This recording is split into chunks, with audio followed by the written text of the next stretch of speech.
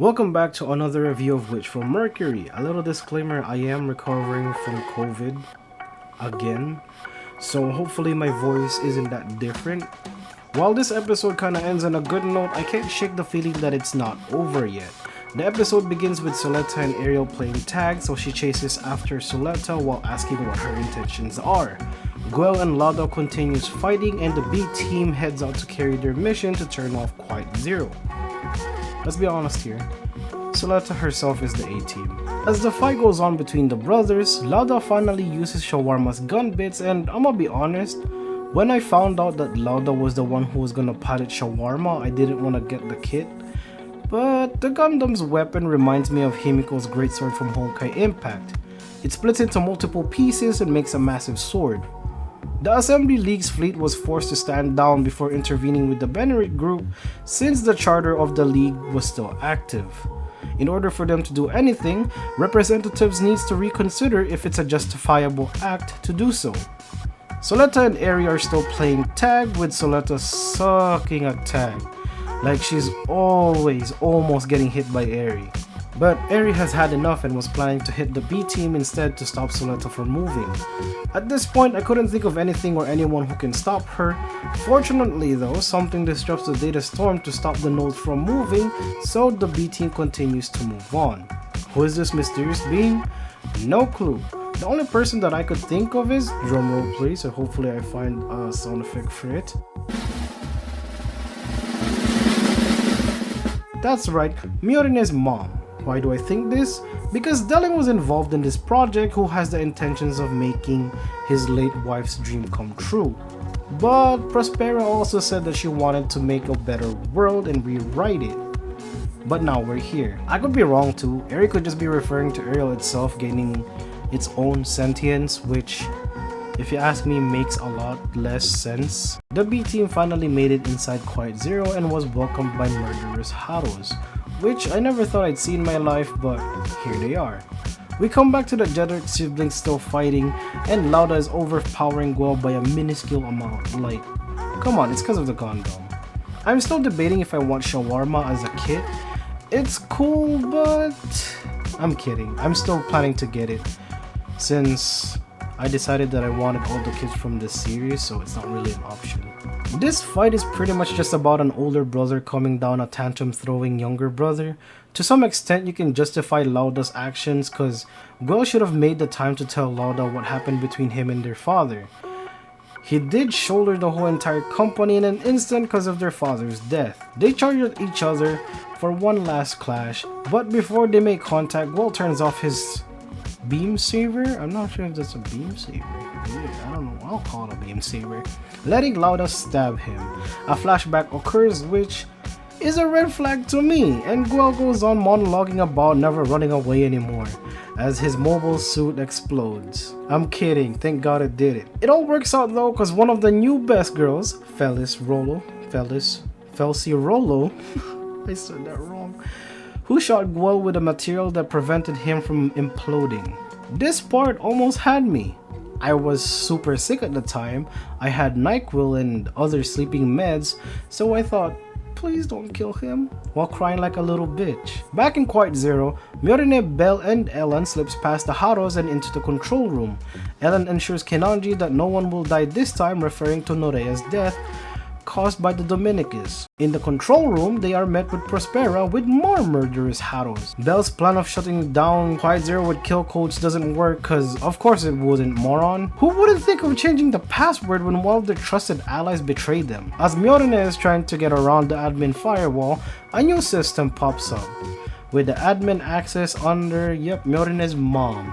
I don't know how to say her name, but I'm gonna try. Noterete. That's the best you'll get from me. Miorine types in the codes that were left on the tomatoes while Belle tries to protect her, and god damn it. I wish Ellen waited just a little bit more before gunning down the last Haro and grazing Prospera. But I guess he kept his promise of not letting anyone die. The mission is a success and Quiet Zero is down. They infiltrate Quiet Zero so they can have control over it. Everyone is relieved and cheers for their victory. Miorine offers Prospera an open-hand invitation to redeem herself and move forward with both her daughters in hand, along with Miorine and maybe Deling since they are a family. It's a really great parallel from episode 7 when Prospera did the same thing to her. All things seems to be going well until the League decided to be a bunch of hung-hungs and take matters into their own hands. Wanting to cut down the power of the Banneret group because they thought that it was getting too big, they decided to fire a massive laser beam using the interplanetary laser transmission system, that's a mouthful, towards Quiet Zero.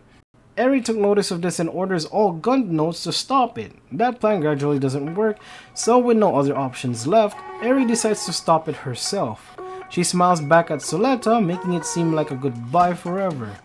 The aftermath left Ariel limbless and shut down, and the outro plays. This episode had my heart racing the whole entire time, and not because of the meds I took. It's the suspense of, will someone I care for die, or will there be a massive plot twist that'll break the story as a whole the last minute. The moment I thought Guo was gonna die had me panicking, cause he suits the role of CEO of the Banneret group more than Miorine does. So thank God for Felsi, who decided to come along. She single-handedly saved his life, or the siblings' life, I should say. But I feel like since Shadiq didn't show up, I feel like the trade Miorine made with him was for him to become the new CEO of the group, under the promise that he will do good to connect Earthians and Spacians together. Shawarma looks amazing regardless, so I'll still order it when I get around it. And Lauda, I guess, is understandable to some extent. He was struggling, he was under pressure, stress, carried the whole entire company without prior training or notice since it all happened so suddenly. Guo wasn't there, but do you want to know who was there for him? That's right, Petra. There was supposed to be a cuss, but I missed it. Get yourself a Petra.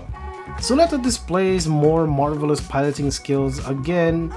And sure, Eri wasn't trying to hurt her, but I'm sure she was trying to hit her to stop her from moving all over the place. Eri even resorted to shooting down B-Team just so she'd stop. A mysterious ally helped them out though. I hope they explained it in the last episode, because that's kind of a massive plot there, just like Choo-Choo's trauma. But like I said, my theory is that it's Miorine's mom, which would make a lot more sense since Deling was also involved with the project. And just like Prospera, making a world that can sustain itself just doesn't feel right. There's more to it than just that, because he's involved with it. He has ulterior motives. I'm loving Ellen's development more and more.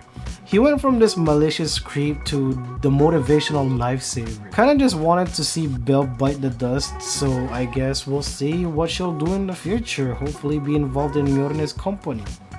Miorine offering Prospera redemption is something else though.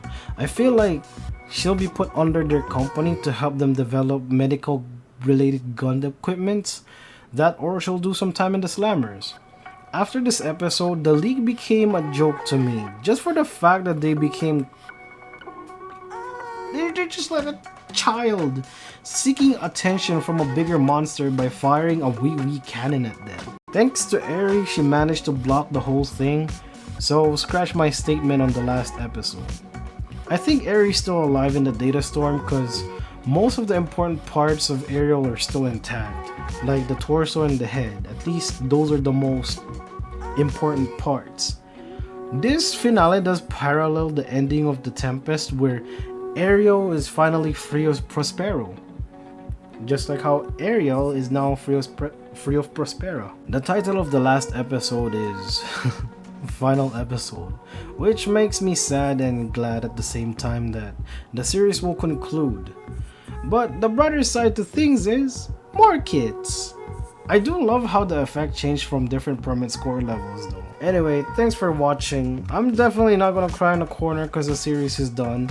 Headshot that subscribe button, lick that like button, take it easy, and peace.